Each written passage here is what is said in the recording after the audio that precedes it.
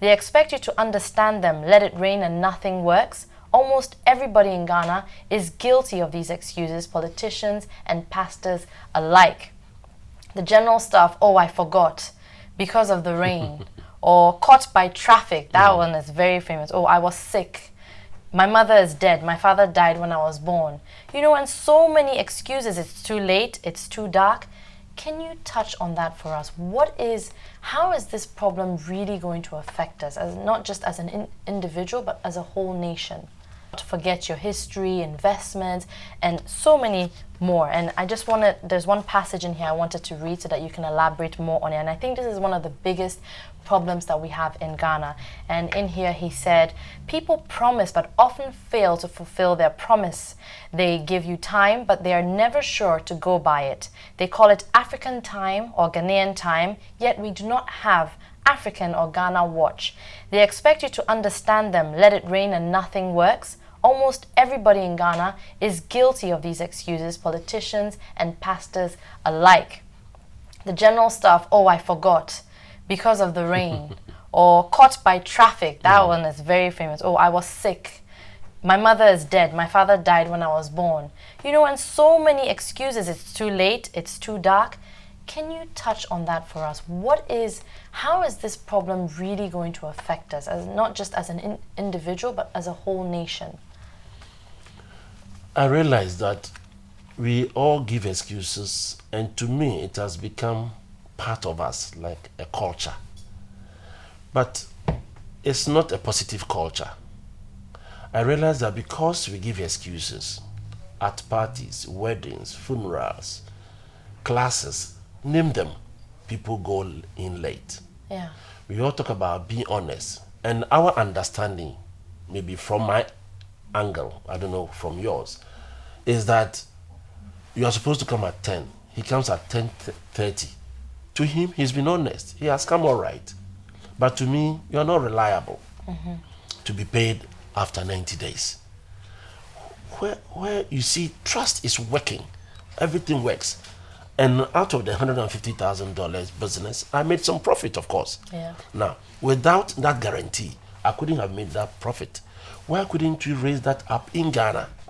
Try it, and you burn your fingers. People come to us to credit goods with the hope that you are helping them. Sometimes church members.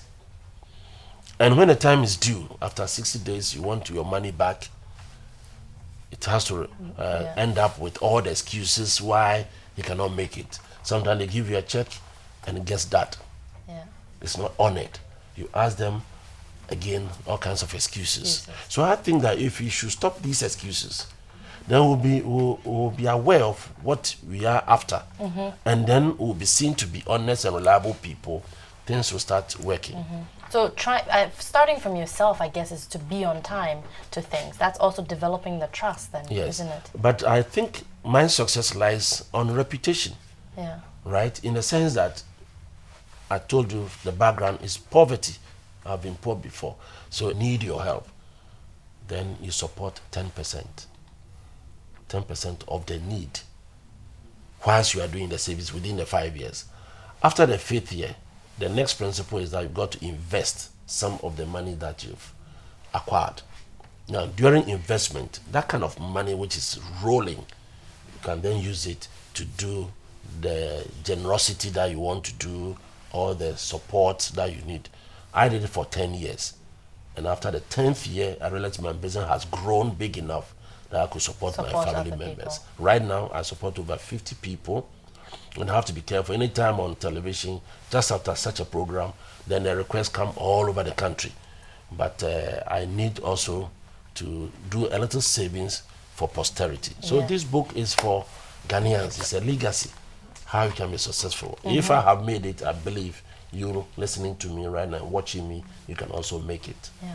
Now, a lot of the issues with young people, especially when they're starting up, is getting that first capital to start to get the business rolling, to make it a money engine. So how did you go about it? Yes. How did you get? Because when you start small, you have no money. So it's like, where do you start from? Right. So you need to have this book. It's a must. The book is the solution. Every business, it could be a school, a church, trading activity, television, everything has 5 M's. Every business: manpower, materials, machines, money, and marketing. 5 M's. The most important is manpower, which is you. And the least important is money. In my book, I've said that money is people. It's not the cash that we have. Paper money that we have these days, you can burn it, you can turn it into pieces just like ordinary paper. But it's so special, it's spiritual paper. So you can get it through people. So page 27 of my book says that what is wealth? Wealth is not cash, but it's wisdom and people. When you have people, people will set you up, people will buy from you, people will do the savings for you, people will do everything. And to me, it's my connection that makes me a wealthy person and not the physical cash. If you go to my bankers right now, they will tell you Mike owes us as a businessman. Yeah. But physical cash is the people, is the network that I have. Yeah. It's crystal that I know. All right? That is my wealth. Yeah. So if you really want to make it in business, what is your reputation? You were a choir member. You were part of an association of your village. Your family people know you. Why are they not investing in you? They do not trust you. So right from the word go, as you listen to me right now, start changing your attitude towards your friends, towards your classmates, towards your family. They are the first people that will support you when you are in trouble, when you want to start your business. So you don't really necessarily need capital. Whatever you want to do is the idea first. That's the manpower first. Yeah. Now, when you want to write a book, how do you write a book? You don't have a pen. Who will give you the pen? Who will give you the paper? Who will give you the PC? And if you have these connections, your reputation is good. Whoever you see will help you. So it's reputation, which is money. Yeah. So the youth of today should not talk about money, but set up your mind. What do you want to do? And see who are in that business already to help you out. Yeah, then they will set you up. Yes. Now, Dr. Addo, I want to go also again into you when you're talking about roots. Again, I remembered in your book you had mentioned about remembering where you're from at all times. And on page 85 here, you said, where do you come from? Do you know where your village is? Have you been visiting your hometown? In present-day Ghana, many people do not visit their hometowns because of the fear of witches and wizards that will harm them and their businesses if they ever set eyes on them. Now, this doesn't just go beyond, let's say, people from here in Accra going to their villages, but also now people are migrating out of Ghana, you know, to abroad, go to different countries, and some of them don't even come back. Yeah. So there, you know, so many different angles, and I want you to please just touch on that for us as to why it is so important to remember where you're from and to also give back or help your community. The book is talking about success. Now, to be successful as a tree, you got to have roots and then a big stem, very strong stem.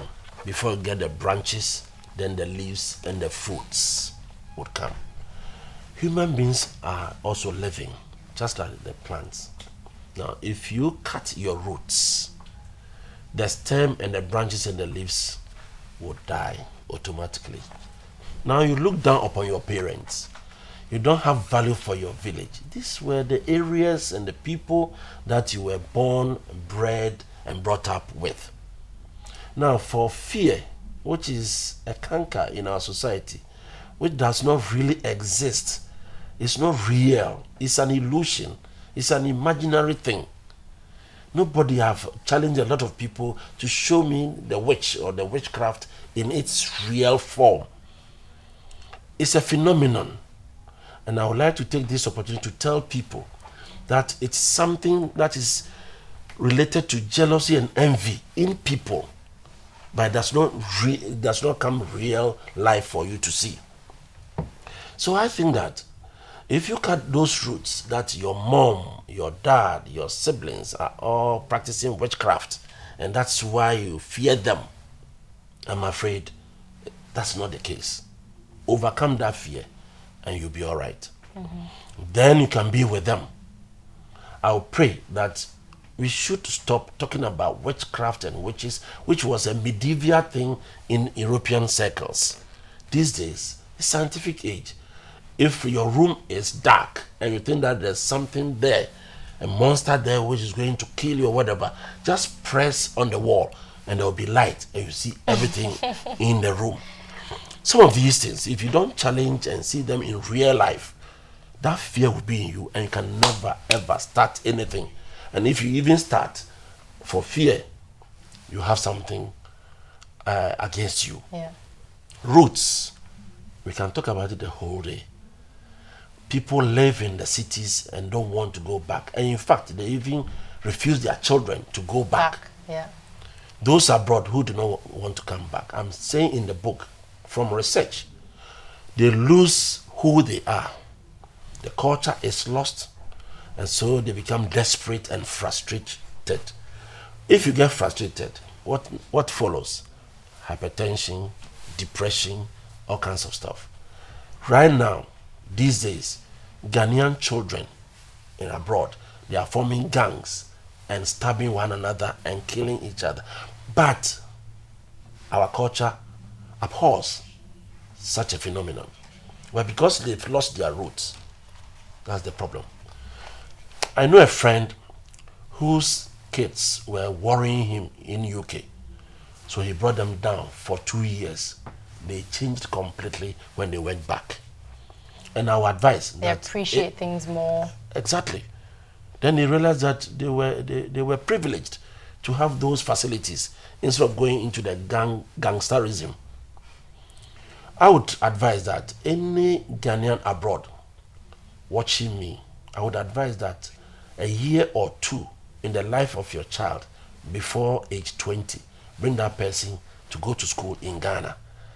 The advantages that the person will have would be: 1, he would have friends; 2, he will learn the language very well; 3, he will love the country, Ghana, which is a paradise, which is an acronym.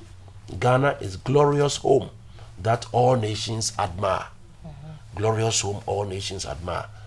And is at the crossroads of the world. The Greenwich passes through Tema and the equator, so it's the crossroad. And I believe God is a Ghanaian. So if you are in Ghana and you don't love Ghana, you want to go outside, it's a pity. I sympathize.